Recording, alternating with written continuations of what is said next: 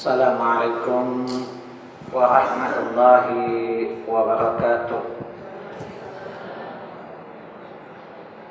Alhamdulillahi rabbil alamin. Wa bihi nasta'inu ala umuri dunya waddin. Wassalatu wassalamu ala asyrafil anbiya'i wal mursalin wa ala alihi wa ashabihi wa man tabi'ahum bi ihsanin ila yaumiddin. Ya ayyuhalladzina amanu taqullaha haqqa tuqatih wa la tamutunna illa wa antum muslimun. Ya ayyuhalladzina amanu taqullaha wa qulu qawlan sadida yuslih lakum a'malakum wa yaghfir lakum dhunubakum wa may yuti'illaha wa rasulahu faqad faza fawzan 'azima. Inna asdaqal hadithi kitabullah wa khairal hadi hadi Muhammadin sallallahu alaihi wasallam wa syarral umuri muhdatsatuha wa kullu muhdatsatin bid'ah wa kullu bid'atin dhalalah wa kullu dhalalatin finnar. Bapak-bapak, ibu-ibu, ikhwani wa akhwati fiddin, rahimani Allah wa iyyakum. Alhamdulillah, segala puji mutlak milik Allah. Dengan izinnya kita bertemu kembali. Semoga Dia Allah Subhanahu wa ta'ala senantiasa menganugerahkan kepada kita keberkahan umur. Semoga setiap energi, keringat yang kita keluarkan selalu dalam ketaatan kepadanya, sehingga kelak saat kita menghadapnya tidak memberatkan pertanggungjawaban kita kepadanya.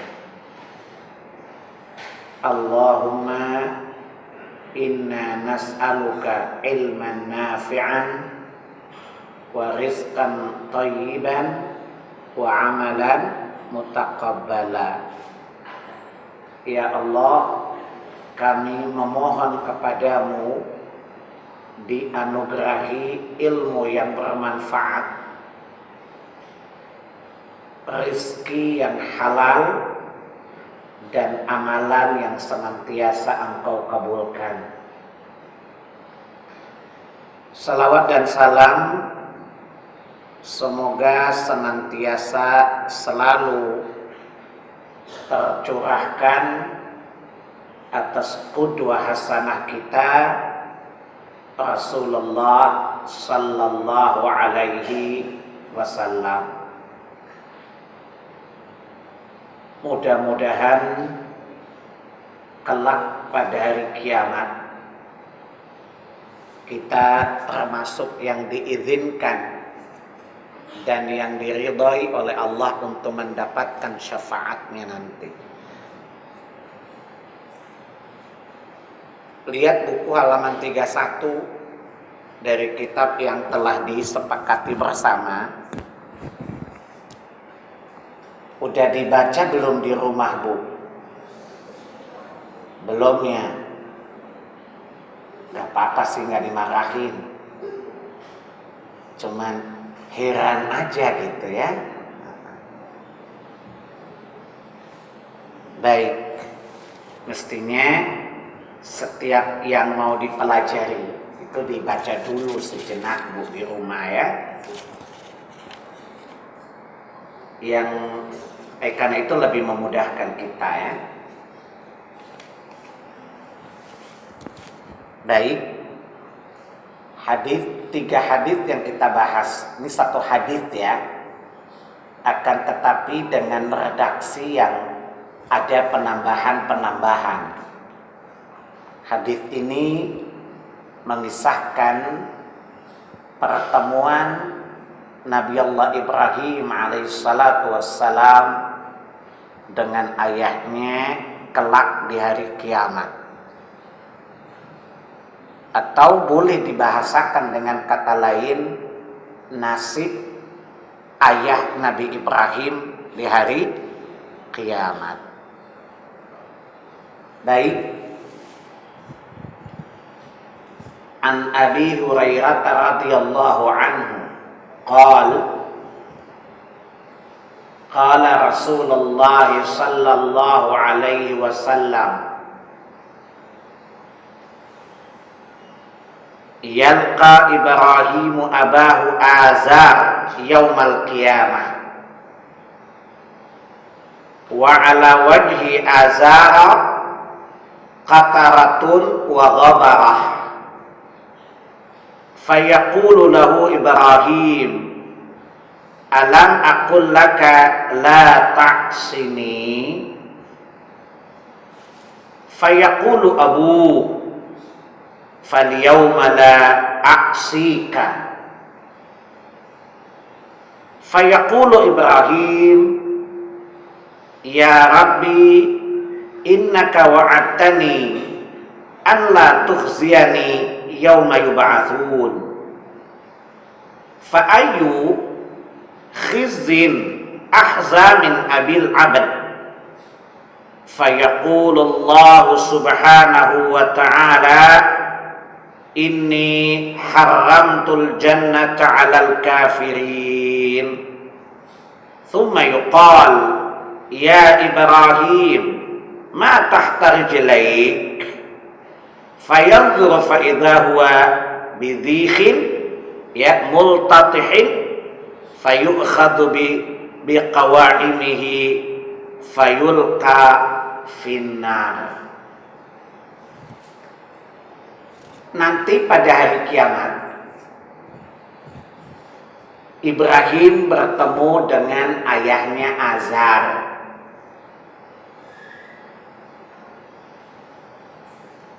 Di wajah Azar, ayahnya Ibrahim itu ya ala wajhi Azar qataratun wa ghabarah.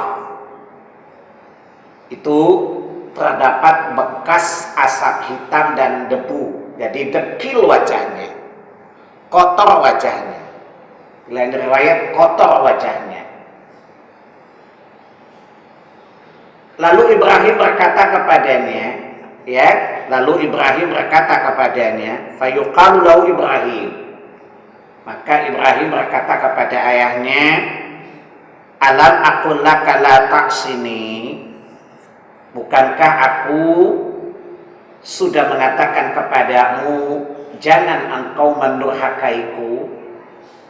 Ingat, mendurhakai di sini bukan durhaka seorang anak kepada orang tua atau sebalik, tetapi mendurhakai Ibrahim sebagai seorang nabi ya. Jadi jangan sampai kok Ibrahim kurang ajar amat. Masa bapaknya dibilang nggak boleh mendurhakainya? Ya, maksudnya bermaksiat kepada Ibrahim sebagai nabi pembawa risalah. Ya. Fayaqulu abuhu, maka ayahnya berkata, "Falyauma la a'sika." Falyauma la a'sika. Oke, aku berjanji hari ini aku tidak lagi membantahmu. Hari ini aku tidak lagi bermaksiat kepadamu. Aku tidak mengingkari bermaksiat atas kenabianmu, atas apa yang kamu bawa untukku.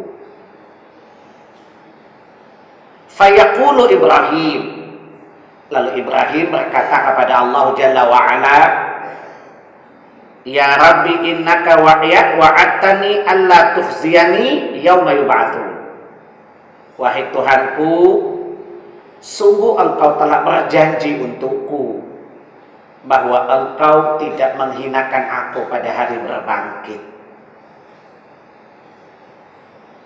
Fa ayyu khizi akhza minal abil abad ya abad ya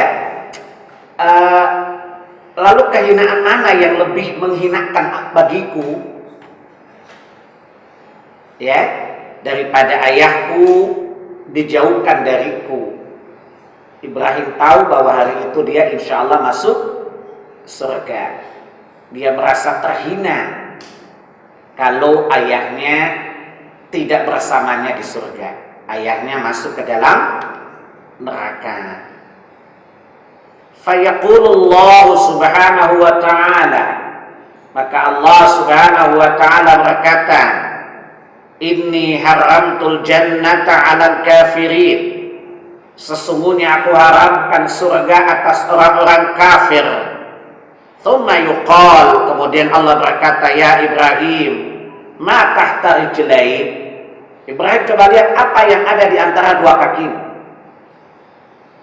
Ya, fayanzuru, maka Ibrahim pun melihat di bawah kedua kakinya, fa idza huwa bidhikhin multatikhin fayukhadu biqawaimihi fayulqa finnar. Ternyata apa, Bu? Di situ ada serigala jantan yang berlumuran kotoran, ya. Lalu Ibrahim meraihnya, kemudian melemparkannya ke dalam neraka. Itu lafaz hadis dari Imam Bukhari dalam sahihnya, Imam Al-Hakim dalam Al-Mustadrak juz 2 halaman 238 ya, dengan matan atau redaksi yang serupa dengannya. Begitu juga Imam An-Nasai meriwayatkan dalam Sunan Al-Kubra ya, dan ini sebagaimana disebutkan dengan pasti oleh Imam Al-Mizzi di dalam Tuhfatul Ashraf. Kemudian dari Abi Hurairah juga ya, dalam riwayat Al-Bazzar, hadits yang kedua dalam masalah ini. Kalau di situ kan tulisnya hadis nomor 5 ya, Bu. Nah, saya maksud nomor 2 dari masalah ini, masalah pertemuan Ibrahim dengan ayahnya ini.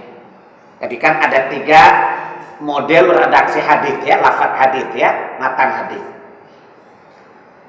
Yalqa rajulun abahu yaumal qiyamah, seseorang bertemu dengan ayahnya pada hari kiamat. Fayaqul, lalu dia berkata kepada ayahnya, ya abati, wahai ayahku, hal anta muti'iyal yaum, apakah engkau hari ini taat kepadaku, tidak membangkang lagi, tidak menolakku lagi seperti di dunia? Ya, au hal anta tabi'al yaum, atau dia berkata, apakah kamu akan mengikuti aku hari ini, gak membandel lagi kayak dulu-dulu di dunia? Ya, fayaqul na'am, maka ayahnya menjawab ya. Ya, fayukhadhu biyadihi falyantaliqu bihi hatta ya'tiya bihi Allahu bihi ya hatta ya'tiya Allahu bihi Allahu tabaraka wa ta'ala wa huwa ya'ridul khalq. Kemudian anak itu di sini nggak dijelaskan nama anak ya. Di lafaz yang kedua nggak dijelaskan siapa yang bertemu dengan ayahnya ya. Faham tidak? Dengan sirat yang lebih umum. Lalu anak itu memegang kedua tangan ayahnya, lalu datang menemui Allah Subhanahu wa ta'ala, dan saat itu Allah sedang ada di hadapan manusia di mahsyar, setelah manusia dibangkitkan untuk dihisab. Fayaqul, lalu anak itu berkata, bukan Ibrahim loh, hadis ini tidak bilang Ibrahim ya, Hadis itu menjelaskan anak dengan bapaknya. Fayaqul, lalu berkata si anak itu, ya, ayu rabbi innaka wa'adtani alla tukhzini. Tuhanku, dulu di dunia engkau telah berjanji untukku bahwa engkau tidak akan menghinakan aku pada hari ini. Ya, fayaqridullahu tabaraka wa ta'ala anhu. Kemudian Allah memalingkan wajahnya dari Ibrahim karena ada bapaknya, nanti dijelasin ya. Ya, Allah memalingkan wajahnya. Lalu Allah Subhanahu wa taala berkata, "Mithla dzalik." Ya, fayamsahullahu abahu dhi'fan fayahwi fin nari. Ya, fayaqul abu fayaqulu la a'rifuka. Ya, setelah Allah memalingkan muka, anak itu juga tetap berkata seperti itu dengan kata-kata yang tadi, ya, maka Allah mengubah wajah ayahnya menjadi seekor apa? Serigala. Lalu ayahnya itu terjatuh, ya, tergelincir gitu ya, meluncur ke dalam neraka. Kemudian sang ayah berkata kepada anaknya, aku ayahmu. Ya, fayaqul la a'rifuka. Lalu anak itu berkata, aku tidak mengenalmu. Aku tidak mengenalmu. Tadi sama dengan tadi ya, ada perubahan redaksi. Jadi hadis yang pertama menerangkan siapa yang dimaksudkan dengan anak itu ya. Siapa itu? Ayah itu siapa namanya? Azar. Ya, ini dengan redaksi tanpa menyebutkan nama anak dan ayah. Adapun hadis pertama menerangkan tentang nama ayah dan anak adalah Ibrahim alaihissalatu wassalam. Hadis yang ketiga sama, hanya beda beberapa derajat saja, beberapa lafaz. Baik. Ibu-ibu, pertama hadis ini menceritakan tentang nasib ayah dari Al-Khalilullah. Al-Khalilullah siapa? Baik, jadi Nabi Ibrahim itu adalah Al-Khalilullah, kesayangan Allah Jalla wa'ala. Nabi Ibrahim adalah Al-Khalilullah. Lihat surat 4 An-Nisa ayat 125. Surat berapa? Surat 4 An-Nisa ayat 125. Wa man ahsanu dinan mimman aslama wajhahu lillahi wa huwa muhsinun wattaba'a millata Ibrahim hanifa wattakhadallahu Ibrahim khalila. Di akhir ayat itu Allah menyebutkan dan Allah telah menjadikan Ibrahim itu kesayangannya. Ibu-ibu, bapak-bapak, perhatikan. Seorang nabi yang disayang oleh Allah, doanya pun ditolak oleh Allah Jalla wa'ala untuk ayahnya yang kafir. Apalagi kita yang bukan siapa-siapa di sisi Allah. Nabi Ibrahim adalah kesayangan Allah. Doanya ditolak sejak di dunia sampai di akhirat.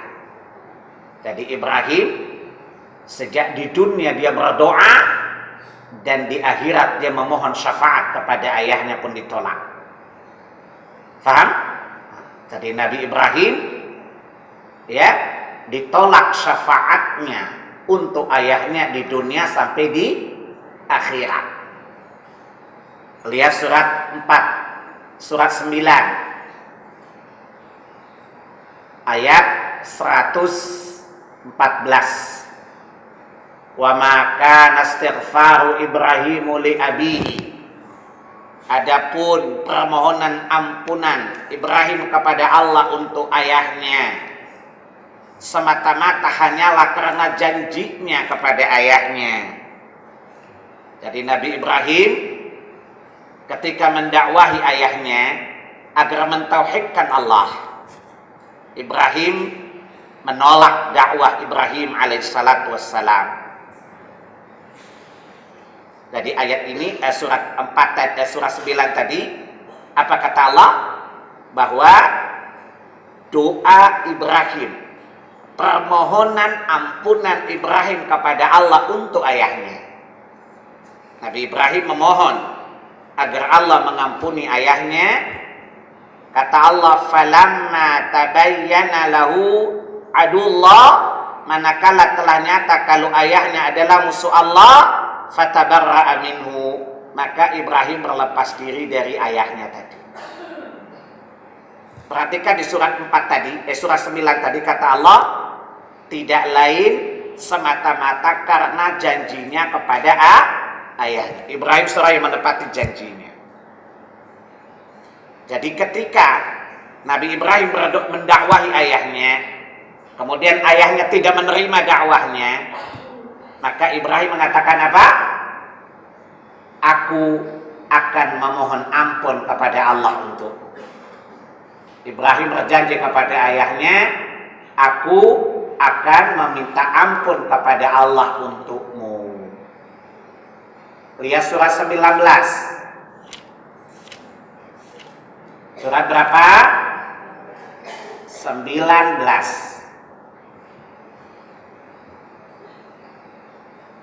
Ayat 42 sampai dengan ayat 48. Di ayat 47 apa kata Ibrahim? Qala salamun alaika sa'astaghfiru laka rabbi innahu kana bi hafiya.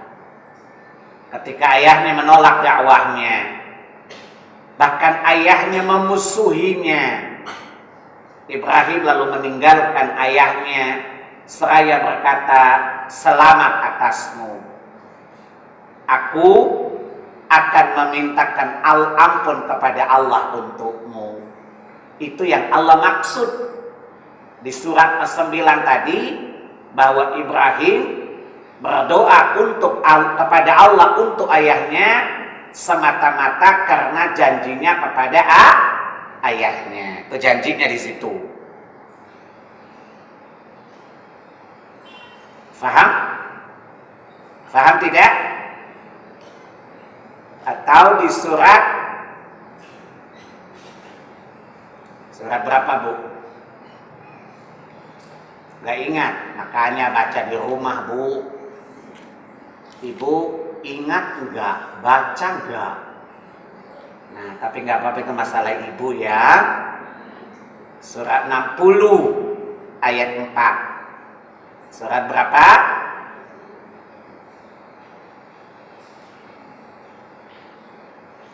Qad kanat lakum uswatun hasanatun fi Ibrahim walladzina ma'ah idz qalu liqaumihim inna bura'a minkum wa mimma ta'buduna min dunillah wa kafarna bikum wa bada'a bainana wa bainakumul adawata wal baghdha'a abada hatta tu'minu billahi wahdah illa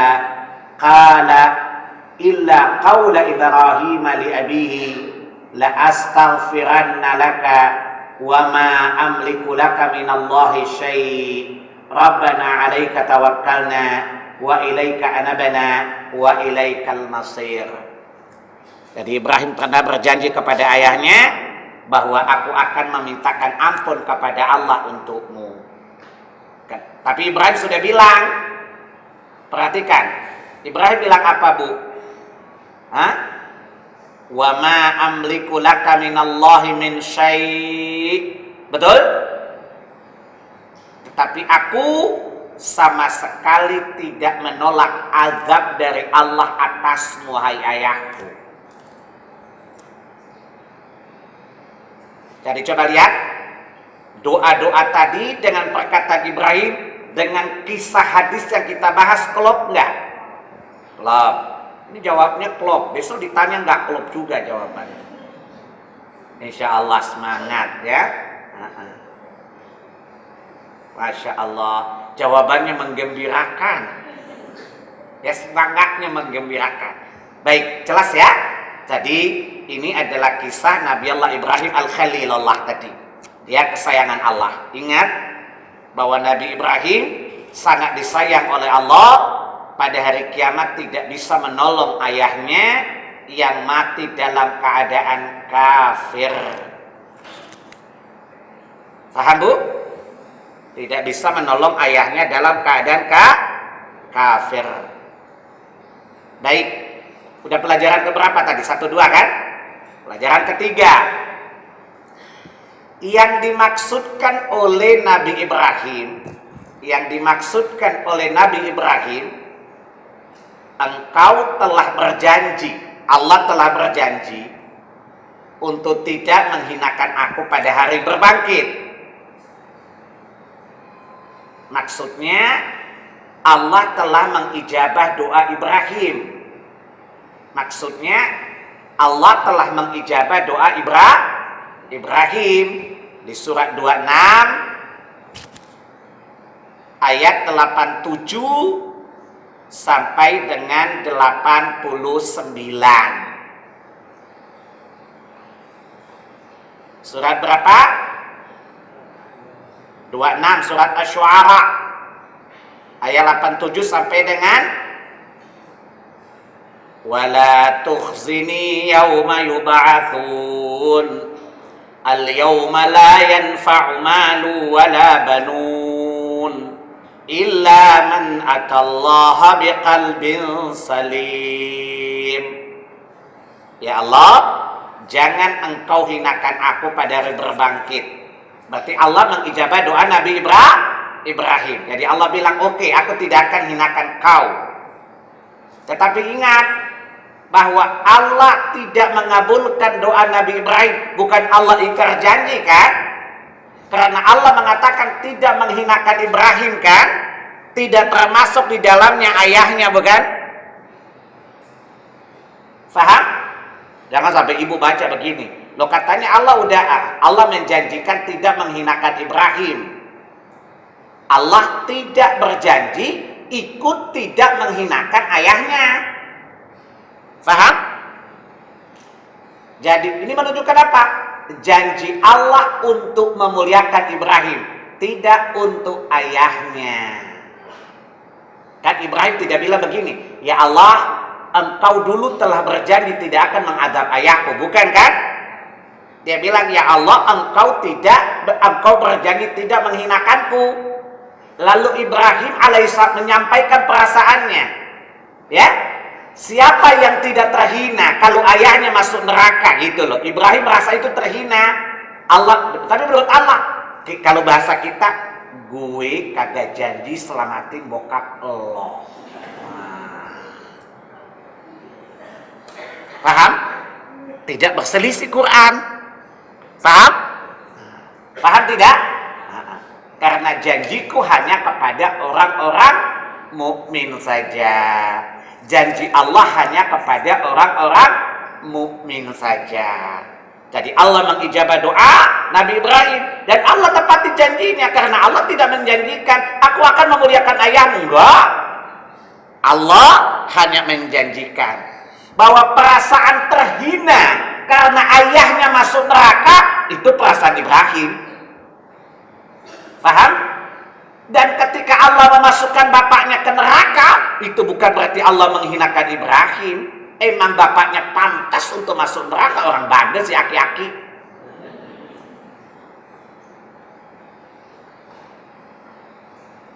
Paham? Paham tidak? Allah tidak melanggar janjinya. Karena Allah hanya menjanjikan tidak menghinakan Ibrahim. Doa tadi Ibrahim berdoakan dirinya sendiri, bukan ayahnya kan? Dan ketika Allah menolak, kita tidak usah ragu. Bukankah Allah pernah menolak ampunan Ibrahim untuk ayahnya di dunia? Paham? Jadi emang ini si aki-aki di dunia juga udah ditolak emang. Cuma Ibrahim menunjukkan baktinya kepada ayahnya. Lalu dia memohon syafaat kepada Allah untuk ayahnya. Paham ya? Nah, pelajaran yang keempat, bahwa syafaat di akhirat hanya diberikan kepada orang-orang bertauhid, tidak kepada orang kafir. Jadi syafaat hanya diberikan kepada orang yang bertauhid, tidak kepada orang kafir. Jadi coba lihat, orang mukmin tidak bisa memberi syafaat kepada orang kafir, apalagi orang kafir dengan kafir. Orang mukmin sama kafir aja nggak nyambung providernya, apalagi orang kafir bagaimana bisa memberi syafaat? Walaupun dalam agama Kristiani ada doa syafaat, kata malaikat doa syafaatmu tidak ada nomor registrasinya, karena syafaat tidak berlaku bagi orang kafir. Lihat surah 19. Surat berapa? Ayat berapa? Belum ingat-ingat ya? Gak apa-apa, sabar aja nanti saya bilangin. Ayat 87 dan surat 43. Surat tadi surah 19 ayat berapa? 87 ya. Dan surat 43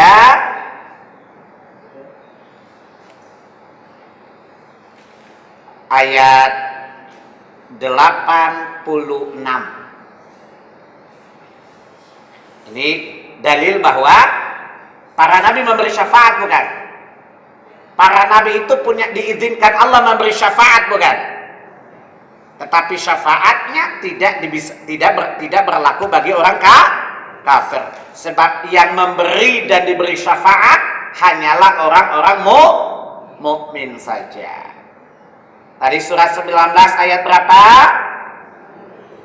La yamlikuna syafa'ata illa man ittakhadha 'indar rahmani ahda. Mereka tidak berhak mendapatkan syafaat, pertolongan, kecuali orang-orang yang telah mengadakan perjanjian di sisi Allah, yaitu untuk mentauhidkan Allah Subhanahu wa taala. Jadi bapaknya Nabi Ibrahim punya hak memberi syafaat, tetapi bapaknya tidak diridai oleh Allah untuk mendapatkan syafaatnya. Faham tidak? Begitu juga surat 43 ayat berapa tadi? وَلَا يَمْلِكُ الَّذِينَ يَدْعُونَ مِنْ دُونِهِ الشَّفَاعَةَ إِلَّا مَنْ شَهِدَ بِالْحَقِّ وَهُمْ يَعْلَمُونَ.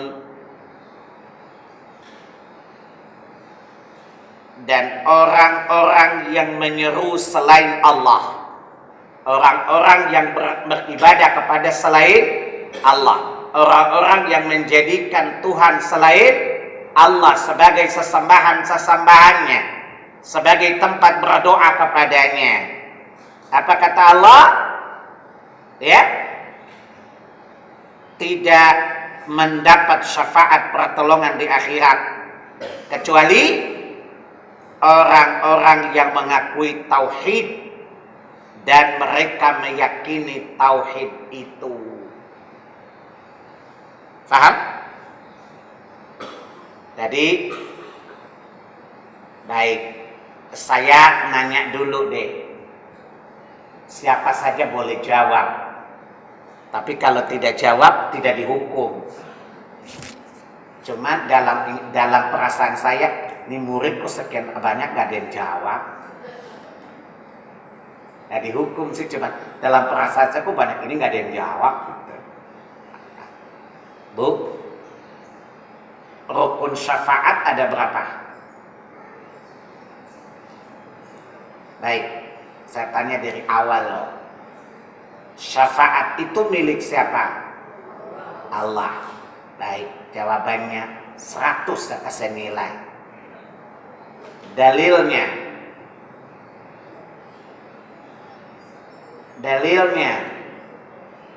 Mana dalilnya bahwa semua syafaat milik Allah? Tuh, masa sih orang sebanyak ini gak ada yang ingat?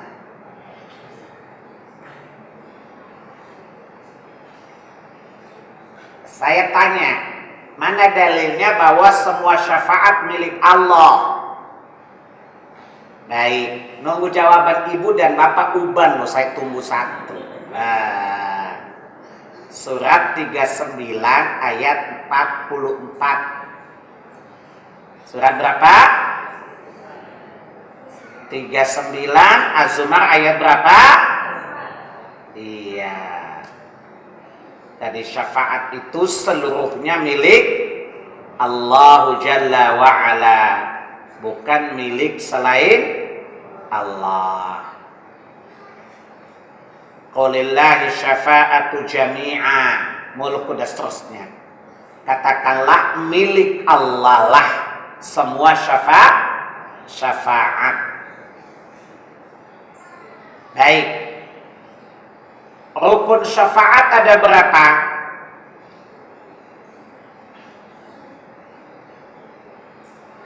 Syarat untuk mendapatkan syafaat tadi ya, tauhid ya, al-tauhid. Rukunnya berapa, Bu? Masya Allah, Bu. Jadi ibu bapak nggak jawab bikin saya ngantuk loh, semangat jadi hilang.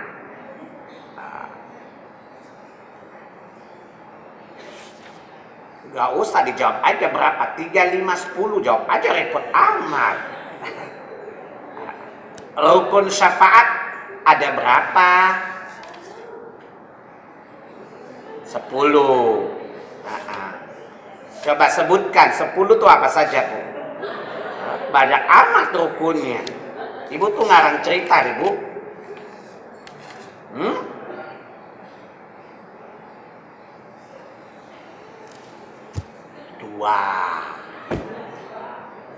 Izin dan ridha. Rukun syafaat ada berapa? Pertama izin dan kedua ridha. Tadi yang jawab 10 dapat dalil dari mana itu tadi? Baik, banyak sekali ayatnya. Lihat surat 20, 109. Bu, demi Allah ibu ini cerdas, cuman malas itu baca.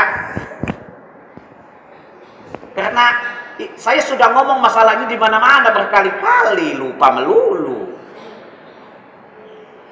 Lihat surat 20 ayat 109. Surat 53 ayat 26. Tuh lihat, saya nggak catat loh, tapi hafal. Beda-beda apanya, Bu. Baik, coba lihat surat 20 surat Toha. Karena hadis ini bicara tentang syafaat ya. Di mana seorang nabi punya syafaat tapi tidak berguna syafaatnya bagi orang kafir. Walaupun ayah kandung sekalipun. Paham ya? Surat berapa tadi?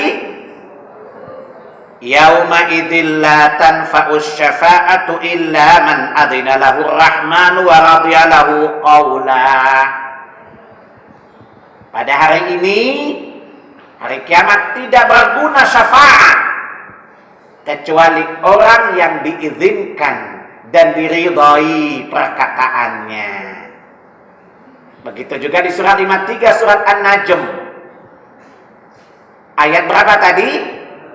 Kami malakin fis sama, berapapun banyaknya malaikat di langit dan seterusnya, tidak memberi syafaat kecuali siapa yang diizinkan dan diridhai Allah ucapannya. Bisa dimengerti anak-anak? Jadi yang dimaksudkan dengan jadi orang yang memberi syafaat adalah orang yang diizinkan oleh Allah.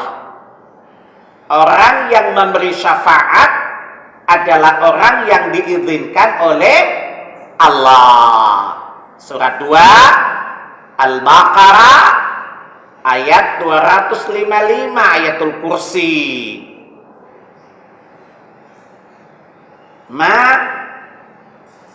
Apa kata Allah?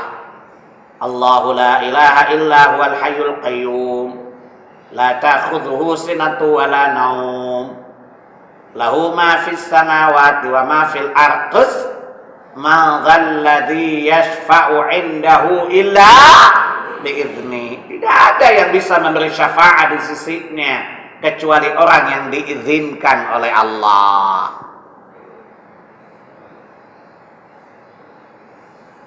Lihat surat 10.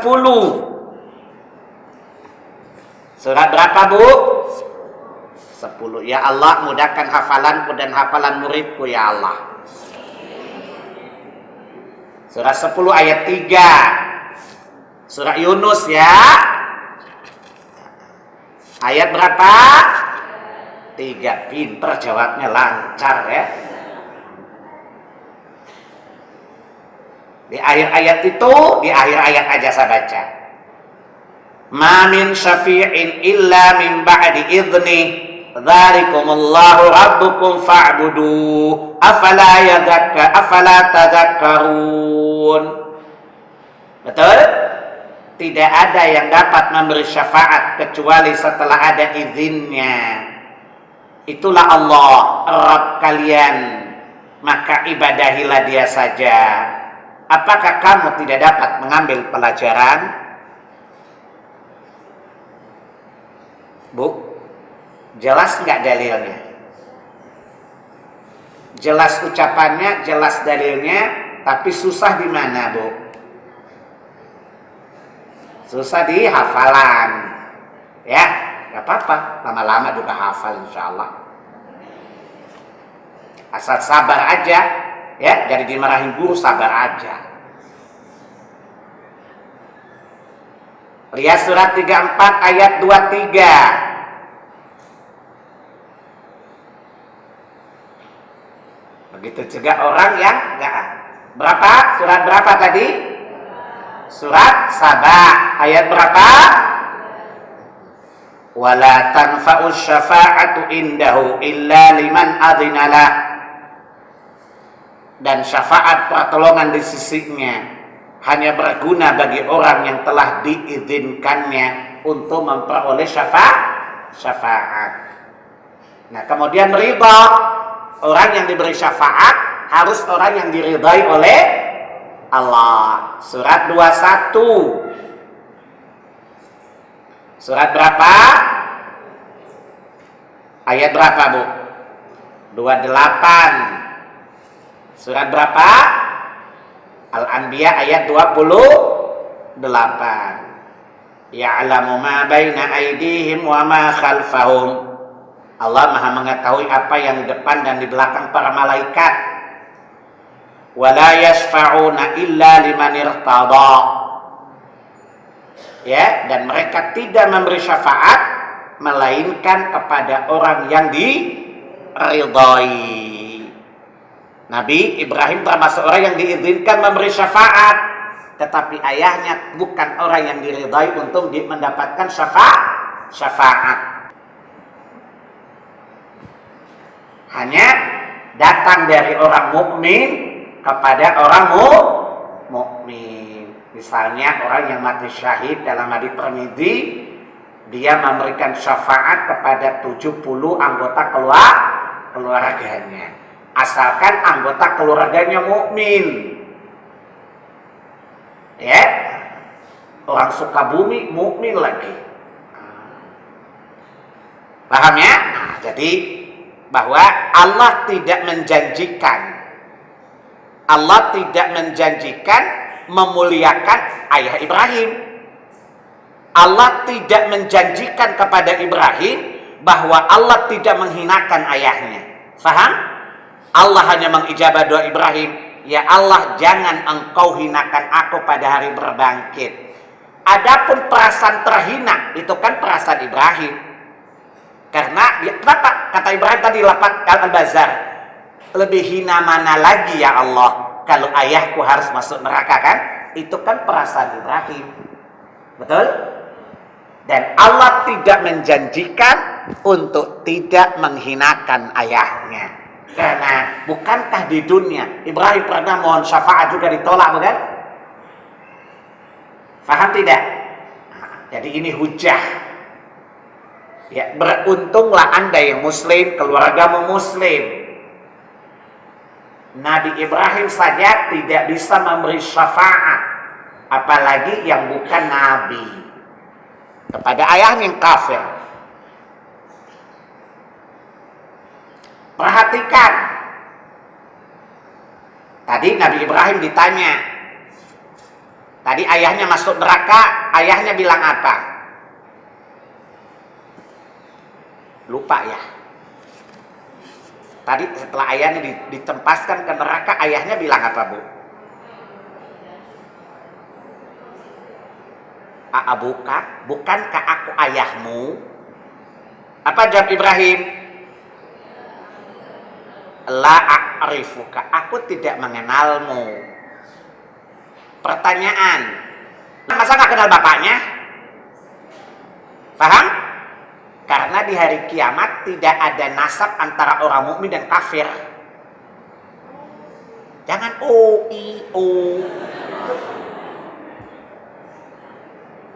seperti perkataan Allah kepada Nabi Sulaiman, laisa min ahlika. Jadi orang fasik, orang kafir dan orang mukmin di hari kiamat tidak ada hubungan nasab. Faham? Faham tidak? Bukan Ibrahim, emang otomatis itu terputus nasabnya. Nanti bilang begini, Nabi Ibrahim lupa daratan katanya. Ini maling kundang, ini kalau dari orang Padang kan ceritanya maling kundang kan? Ini Nabi Ibrahim kok maling kundang? Ada orang awak di sini kan? Ya, ini Nabi Ibrahim kayak maling kundang aja nih anak nih, lupa sama bapaknya. Bu, karena memang di akhirat orang mukmin dengan orang kafir tidak ada hubungan kekerabatan. Sebagaimana perkataan Allah kepada Nabi Nuh karena kekafirannya. Lihat surat 11, surat Hud ayat 46.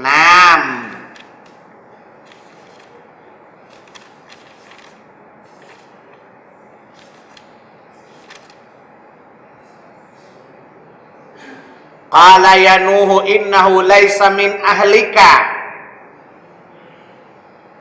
innahu amalun ghairu salih fala tas'alni ma laisa laka bi ilm. Jadi hal itu pun pernah dilakukan Nabi Nuh kepada anaknya. Faham? Ketika anaknya telah tenggelam dalam kekafiran, maka Nabi Nuh berkata, coba lihat di ayat yang surat yang sama, ayat 45. Rabbi inna bani min ahli. Ya Allah, anakku itu termasuk keluargaku ya Allah. Emang cara nasab iya anak bapak. Ya.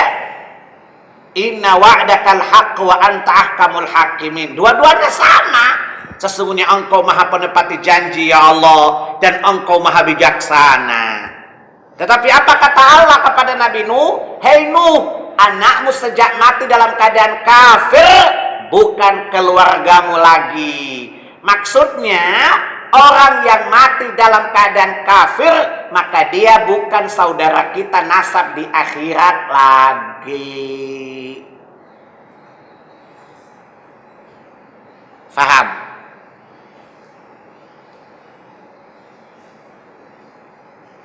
Terputus nasabnya. Lihat surah 23 ayat 101. Idza nufiha fi suri fala ansaba bainahum wa la yatasaalun.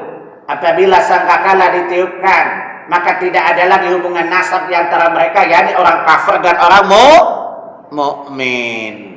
Tidak ada lagi hubungan nasab. Makanya Ibrahim mengatakan, aku tidak mengenalmu karena perbedaan akidah. Tidak ada hubungan kekerabatan dengan orang kafir dan orang mukmin di akhirat. Sebab kalau kita tidak kalau memakna kita, masa sih Allah kok putuskan hubungan bapak dan anak, kan gitu kan?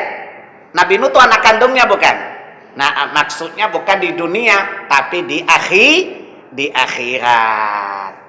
Tidak ada lagi hubungan nasab. Maka Ibrahim menjawab, la a'rifuka.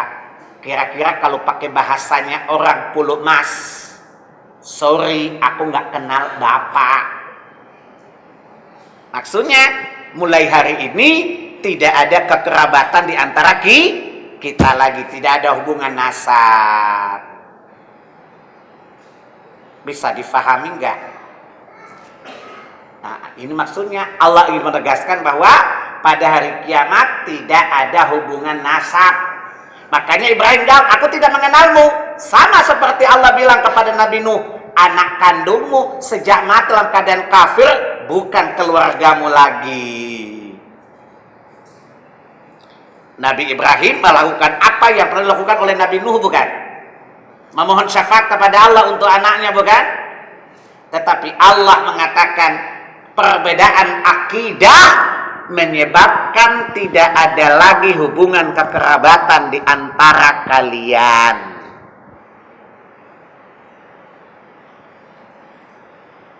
Jadi ada ustadz ditanya, ya, jadi ada ustadz ditanya, saya diundang sama sebuah alumni SMA di Sumatera sana, tapi ceramahnya di Jakarta, bukan saya ke Sumatera. Nah, mereka berdebat. Jadi ada saudara yang meninggal temannya, lalu ada ustadz bilang doakan saja, sholat jenazah lagi coba. Nah, jadi ketika saya diundang ngaji, saya bilang itu ustadz itu perlu dibawa ke rumah sakit. Karena Allah melarang orang mukmin tidak boleh mensalatkan jenazah orang kafir. Surat 9 At-Taubah ayat 84, nggak boleh salatkan, nggak boleh ke kuburnya juga. Dan tidak boleh mendoakan mereka. Tadi surat 9 ayat 113 tadi ya. Tadi yang 115 berkaitan dengan Nabi Ibrahim tadi ya. 113-nya berkaitan dengan orang kafir secara umum.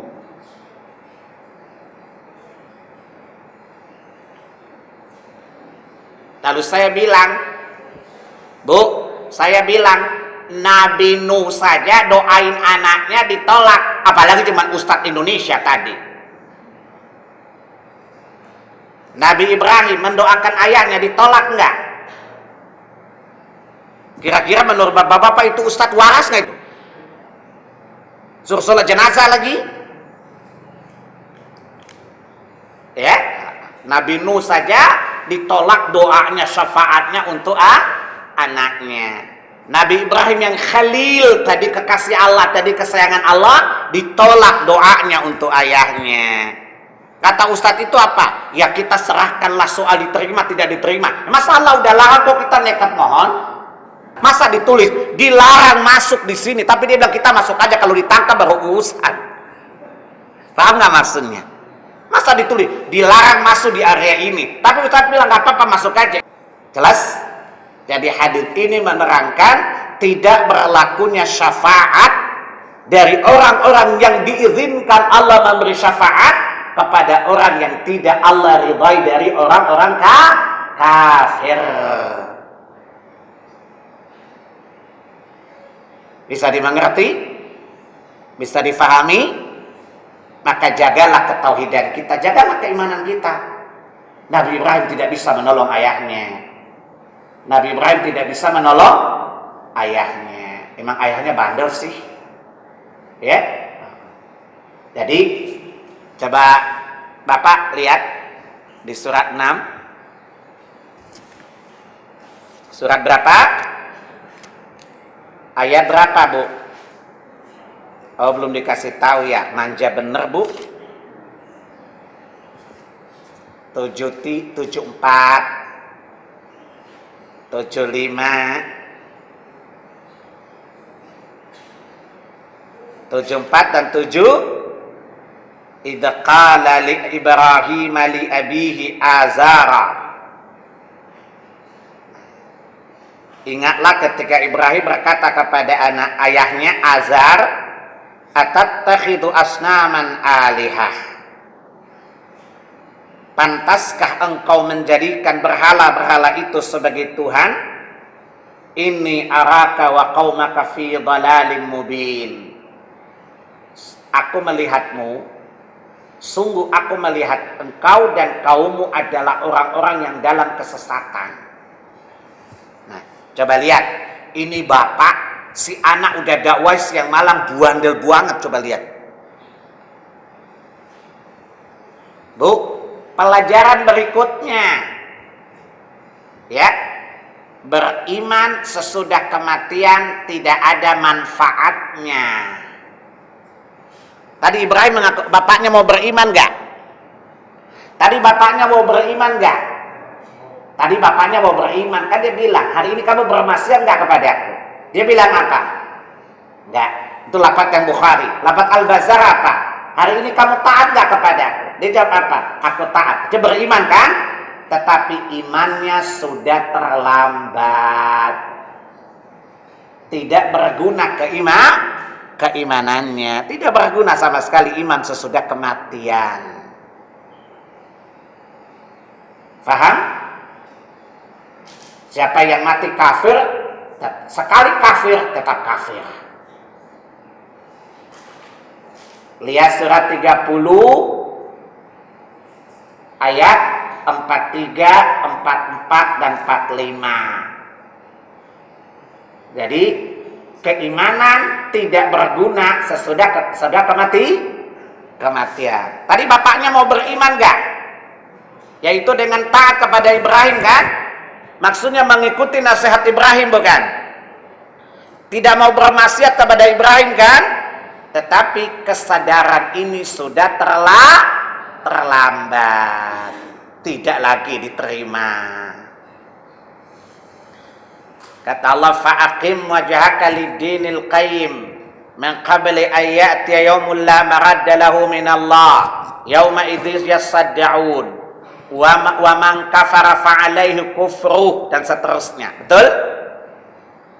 Maka segera hadapan wajah kepada agama yang dibawa para nabi sebelum datang satu hari, yaitu kiamat yang kalian tidak bisa lari darinya. Pada hari itu kalian terpisah. Ibrahim dengan ayahnya terpisah tidak? Nuh dengan anaknya terpisah tidak? Semuanya terpisah. Lalu kata Allah, pada hari itu siapa yang mati kafir tetap kafir. Dan siapa yang beramal salih, maka dia telah menyediakan tempat yang menyenangkan untuk dirinya sendiri. Faham? Jadi keimanan, kesadaran sesudah kekafiran terlambat. Sekali kafir tetap kafir. Sekali mengibaratkan bendera kafiran, mati dalam keadaan kafir, tidak akan diterima lagi ketauhidannya. Jangan menunda-nunda taubat. Jangan menunda-nunda taubat. Siapa tahu dosa syirik yang kita perbuat, dan itu tidak bisa diampuni sesudah kematian. Tidak bisa lagi. Bapak-bapak, ibu bapak-bapak punya anak ada yang nabi enggak? Saya tanya bapak-bapak, jawab. Bapak-bapak punya anak nabi enggak? Kata bapak-bapak, jangankan nabi, ustadz aja enggak. Ibu-ibu punya bapak, punya anak nabi enggak? Punya laki nabi enggak? Punya bapak nabi enggak? Nah, maka Nabi Ibrahim tidak bisa menolong bapaknya. Nah, ini yang Allah maksud dengan surat 31 ayat 33. Ya ayyuhan nasu taqu rabbakum wakhshaw yawman la yajzi walidun 'an waladihi wala mauludun huwa jazi 'an waladihi syai'a. Wahai manusia, bertakwalah kalian kepada Rabb kalian, Dan takutlah kalian kepada suatu hari seorang bapak tidak bisa menolong anaknya dan seorang anak tidak bisa menolong bapaknya. Nabi Ibrahim punya hak syafaat, tidak bisa menolong ayahnya. Nabi Nuh punya hak syafaat, tidak bisa menolong anaknya. Betul?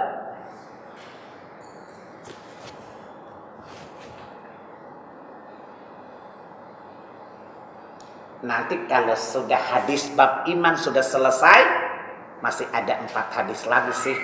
Ujian. Satu bab ujian. Gimana? Terima tantangan? Insya Allah. Masa gurunya hafal, muridnya belum hafal-hafal? Bapak-bapak jangan sampai mangkir loh ya. Ada aja alasan udurnya itu. Jelas ya? Jadi ayat ini adalah hadis ini Allah gambarkan hari kiamat bapak tidak bisa menolong anaknya dan anak tidak bisa menolong bapaknya. Kasusnya Ibrahim tidak bisa menolong ayahnya. Nabi Nuh juga tidak bisa menolong ayahnya. Nabi Lut juga tidak bisa menolong istrinya dan seterusnya. Maka bertakwalah untuk diri kita masing-masing. Bertakwalah untuk diri masing-masing. Karena hari itu tidak ada pertolongan di sisi Allah Jalla wa'ala. Tidak ada yang bisa menolong kita kecuali amal-amal salih kita.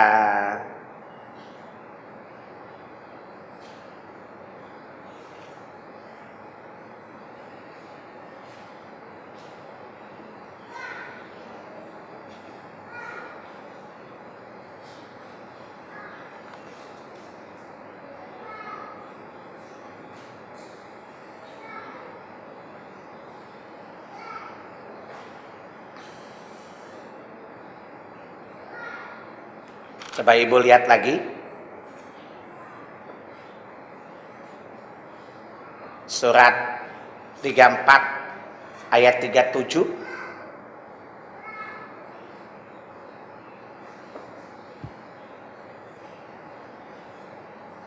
Dan surat 35 ayat 18. Ini bagian dari ini. Supaya kita bertakwa untuk diri sendiri ya. Bu. Surat 34 nomor 2, surat 35 18 dulu. Sudah? Kemudian surat 34 ayat 37 tadi.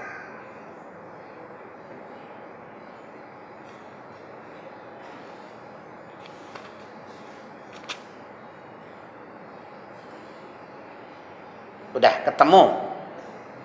Wala taziru waziratu wizra ukhra.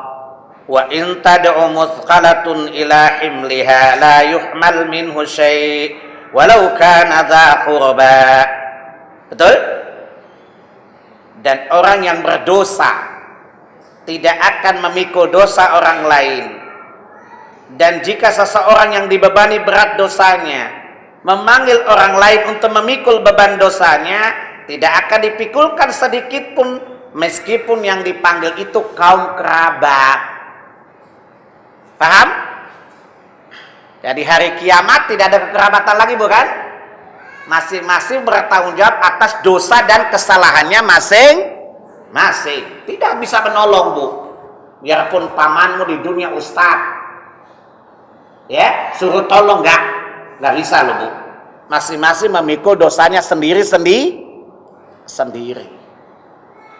Maka dekatkan diri kita dengan tauhid dan amal salih ya. Tadi surat 34 ayat 37 tadi. Ma amwalukum wala auladukum billati tuqarribukum indana zulfa illa man amana wa amila salihah. Harta dan anak-anak kalian sedikit pun tidak mendekatkan kalian kepada Allah. Akan tetapi orang yang dekat kepada Allah adalah orang yang beriman dan beramal saleh. Orang yang beriman dan beramal saleh. Ibrahim hanya bisa menyelamatkan dirinya, tidak bisa menyelamatkan ayahnya karena ayahnya tidak beriman. Ayahnya kafir.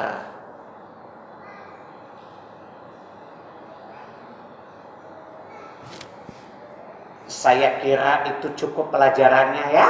Gak usah banyak-banyak. Ya, kita ambil ibrah dari pelajaran ini. Ya, entry point paling utama apa, Bu?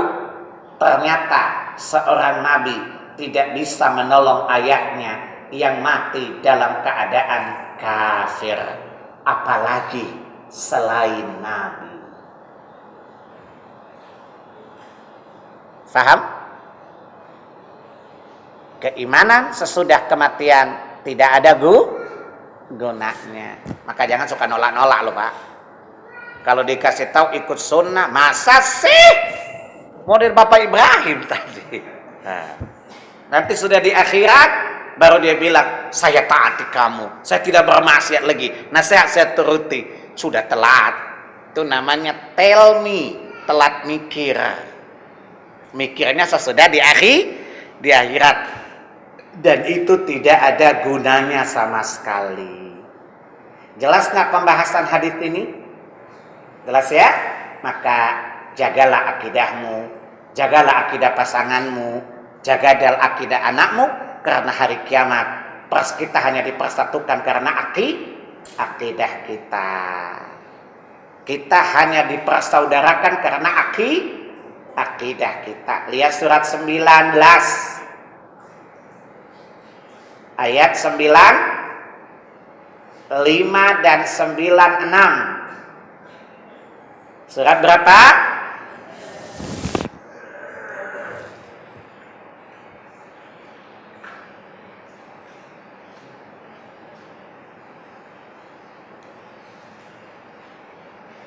Kulluhum atihi yaumal qiyamati farda. Tiap-tiap mereka datang pada hari kiamat itu sendiri. Innalladzina amanu wa 'amilus salihati sayaj'aluhur rahmanu wudda.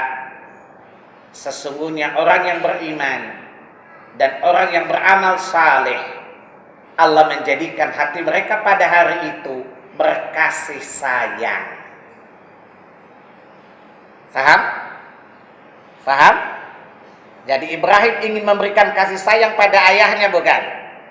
Tapi tidak berguna karena ayahnya tidak beriman dan tidak beramal saleh. Nabi Nuh ingin memberikan kasih sayang kepada anaknya, bukan? Tetapi anaknya tidak beriman dan juga tidak saleh. Yang membuat kita berkasih sayang pada hari itu bukan nasab, tetapi adalah iman dan amal saleh kita, ketakwaan kita kepada Allah Subhanahu wa ta'ala. Begitu juga lihat surat 43. Surat berapa? Ayat 67 sampai 73. Al-akhillau yawma idzin ba'duhum li ba'din adun illal muttaqin.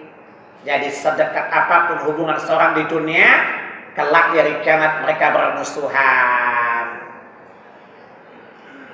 Bu, tadi Ibrahim dan ayahnya tidak saling mengenal kan? Jelas?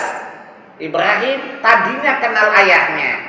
Begitu ayahnya dimasukkan ke neraka, sudah tidak lagi dia mengenal kalau itu adalah ayah. Emang tidak ada hubungan lagi di akhirat, kecuali orang-orang yang bertakwa kepada Allah Jalla wa'ala. Penjelasan selanjutnya lihat ke bawah, terutama suami istri ya. Lihat ayat 70-nya. Ayat 70-nya itu berkaitan dengan siapa, Bu? Lihat surah 43 tadi. Yang disuruh masuk ke surga siapa, Bu? Suami istri kan? Nah, bilang ke suamimu, keabadian cinta kita bukan karena cincin kawin, tetapi keabadian cinta karena iman dan takwa kepada Allah Jalla wa'ala. Satu hati, satu tauhid, ya, satu manhaj, dan keduanya sama-sama bertakwa kepada Allah Subhanahu wa ta'ala. Tadi ada pertanyaan, taruh di mana ini ya? Saya jawab pertanyaan dulu ya. Pertanyaan jangan susah-susah ya Pak, karena saya ngantuk.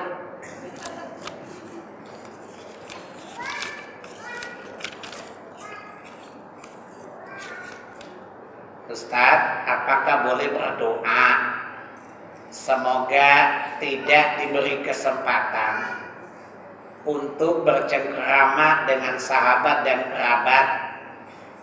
Karena kalau sudah kumpul, kami suka tercandu ketawa jahil, ngerjain lucu-lucuan. Bu, berdoa supaya Allah menjaga muru'ah. Ya Allah, jadikan aku orang yang bisa menjaga muru'ah, kehormatan. Jadi kalau bertemu enggak kiki kakak. Jangan berdoa tidak bercengkerama. Bercengkerama boleh, Nabi juga bercengkerama dengan istrinya. Ya, jadi berdoa agar diberi Allah orang yang selalu menjaga muru'ahnya. Tahu muru'ah ya? Orang yang diberi Allah kehati-hatian, supaya kalau ketemu kawannya ketawa sekedarnya, ketawa paling yang wajar-wajar yang perlu. Jangan cerita omong kosong atau menjelekkan kawan, menceritakan kejelekan kawan lalu jadi bahan ketawaan. Ya, nah kalau mendapati teman seperti ini, tinggalkan. Ya, biasakan. Maaf, kalian masih ketawa, saya pergi ya. Assalamualaikum. Mau kemana? Udah nggak usah nanya, ketawa aja terus. Sebab kalau mungkin dinasehati nanti dia bilang, baru juga nggak di Salman, so alim loh. Nah, bilang aja kalau mau ketawa aja, saya mau pergi gitu. Mau kemana? Ya Bang, saya kan nggak punya kewajiban kasih tahu di situ mau kemana. Jelas ya? Nah, paham ya? Ya berteman boleh. Mudah-mudahan kita bisa mempengaruhi pergaulan ya. Mudah-mudahan misalnya kalau kawan mulai ngakak-ngikik kayak mak lampir begitu. Nah, kan di film-film mak lampir mau datang kan ketawa-ketawa dulu kan? Ya kiki kakak. Ya kita cegah mereka. Ya kita cegah mereka bahwa ketawa itu mematikan hati. Bukan Rasulullah menasihati para sahabat kan? Ya, merasa hidup itu harus qanaah, merasa cukup dengan apa yang Allah berikan, memperbanyak ingat kepada Allah dan menyedikitkan tertawa, karena tertawa itu mematikan hati.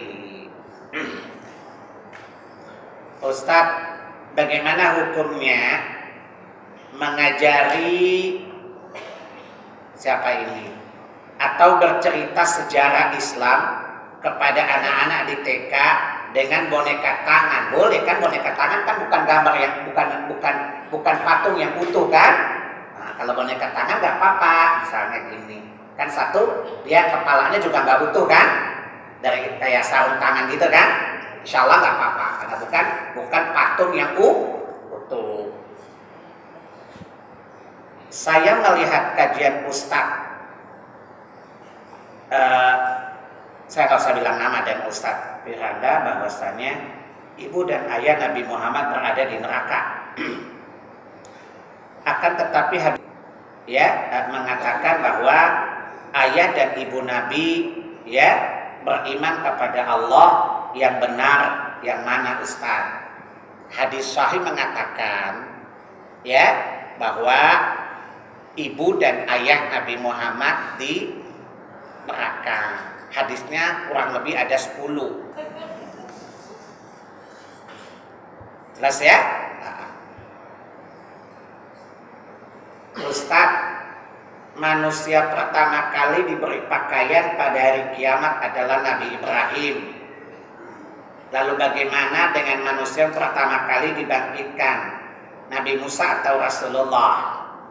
Kan Nabi Muhammad mengatakan gimana? Aku manusia pertama kali dibangkitkan,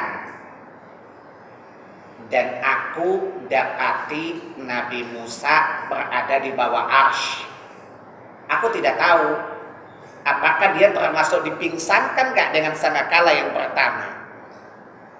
Karena jangan-jangan dia tidak dipingsan lagi karena dia sudah pingsan diturisin dulu ketika menerima wahyu dulu.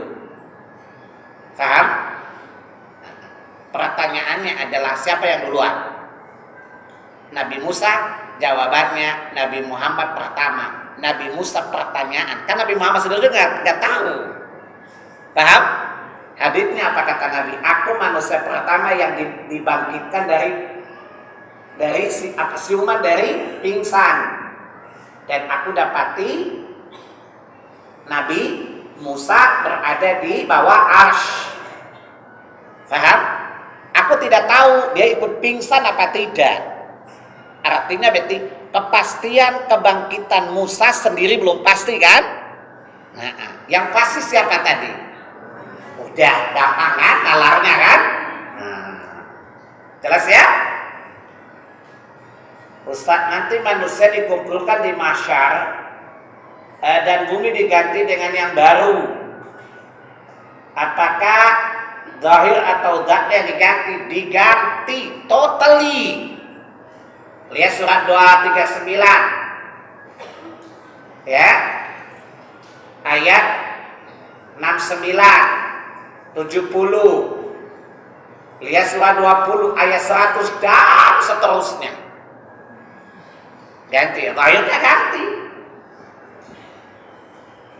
Allah bilang yubadalul ard, Allah ganti dengan bumi yang lain. Namanya diganti berarti apa, Bu? Pak?